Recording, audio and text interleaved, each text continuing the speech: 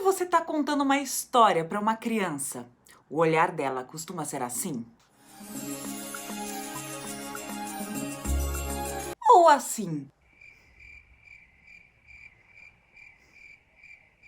A essa altura você já deve ter percebido que contar uma história não é apenas ler um livro. Mesmo assim, existem dicas bem legais que podem tornar essa experiência muito mais divertida e enriquecedora. Eu sou a Fafá do canal Fafá Conta e nesse vídeo você vai aprender a contar histórias de um jeito envolvente e encantador. Sei. Dica 1. Planeje o local. Para conseguir a atenção da criança, é importante que não haja nenhum estímulo visual ou sonoro competindo com você. Deixe brinquedos, tablets, celulares e outras distrações fora do alcance das mãos e dos olhos.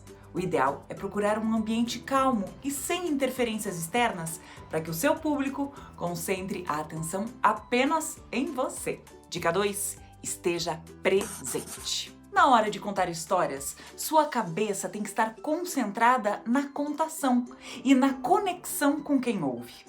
Olhe nos olhos, interaja, instigue e conecte-se com a criança de uma forma verdadeira. Dica 3. Fique na altura da criança. Se isso não for possível, procure se aproximar o máximo que der e mostre que a história será uma grande jornada que vocês farão de forma conjunta. A proximidade entre vocês é uma ferramenta potente que cria um grande vínculo e gera laços de confiança. Dica 4. Cuide do tom da sua fala. É comum as pessoas mudarem o tom de voz e o jeito de falar na hora de se comunicar com as crianças. Sim, eu tô falando daquela fala infantilizada assim. Fale num tom agradável e que não menospreze a capacidade de compreensão delas. Fuja dos diminutivos, como era uma vez uma menininha que morava numa casinha e que foi andar numa estradinha. Também não é para deixar a sua fala monótona. Divirta-se com as entonações da sua voz e brinque com a velocidade e a altura dela. Pausas podem criar momentos de suspense e preparar a criança para uma grande revelação ou algo completamente inesperado e muito engraçado. Percebe como eu fui dando umas alteradas na minha forma de falar? Vou dar mais um exemplo. Era uma vez um lobo que estava se aproximando da casinha quando de repente... ele entrou na casa e ela estava vazia. E agora?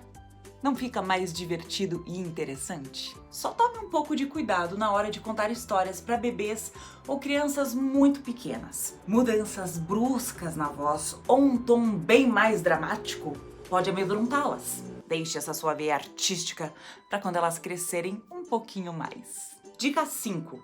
Faça diferentes expressões e gestos. Isso acaba deixando a história mais tridimensional.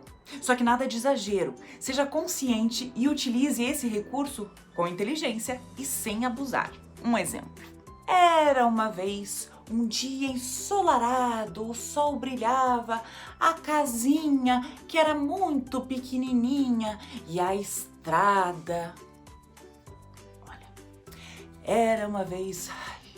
um dia de sol e o sol brilhava naquela casinha que era tão pequenininha.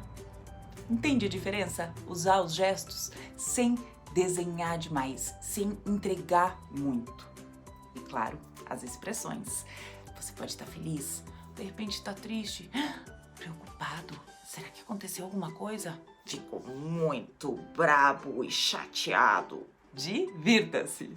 Dica 6. Não entregue respostas prontas.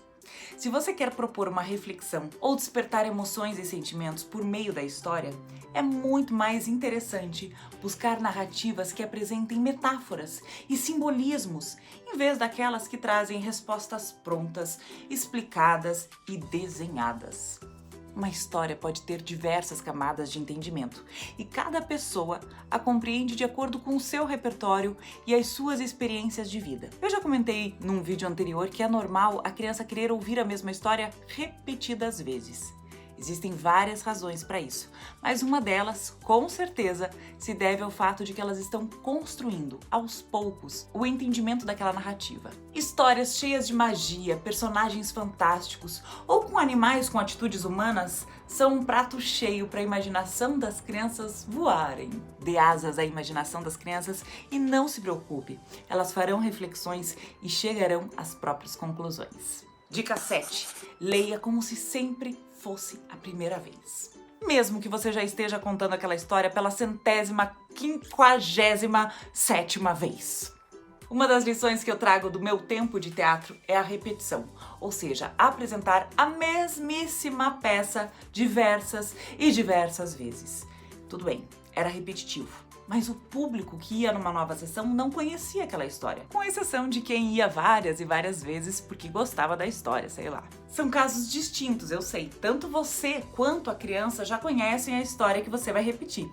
Mas pense o seguinte, se ela pede para você repetir aquela história, é porque ela gostou muito do enredo e da forma como você a contou. Então, não prive a criança da mesma experiência.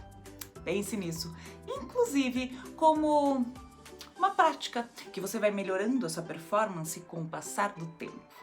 Dica 8. Imagine um filme na sua cabeça. Quando estiver contando uma história, visualize tudo que você está falando e descrevendo.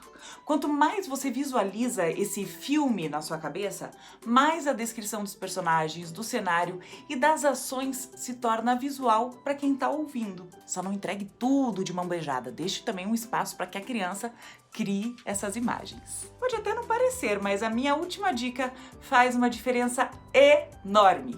Divirta-se. Quando você conta uma história, não está apenas contando para outra pessoa, também está contando para você.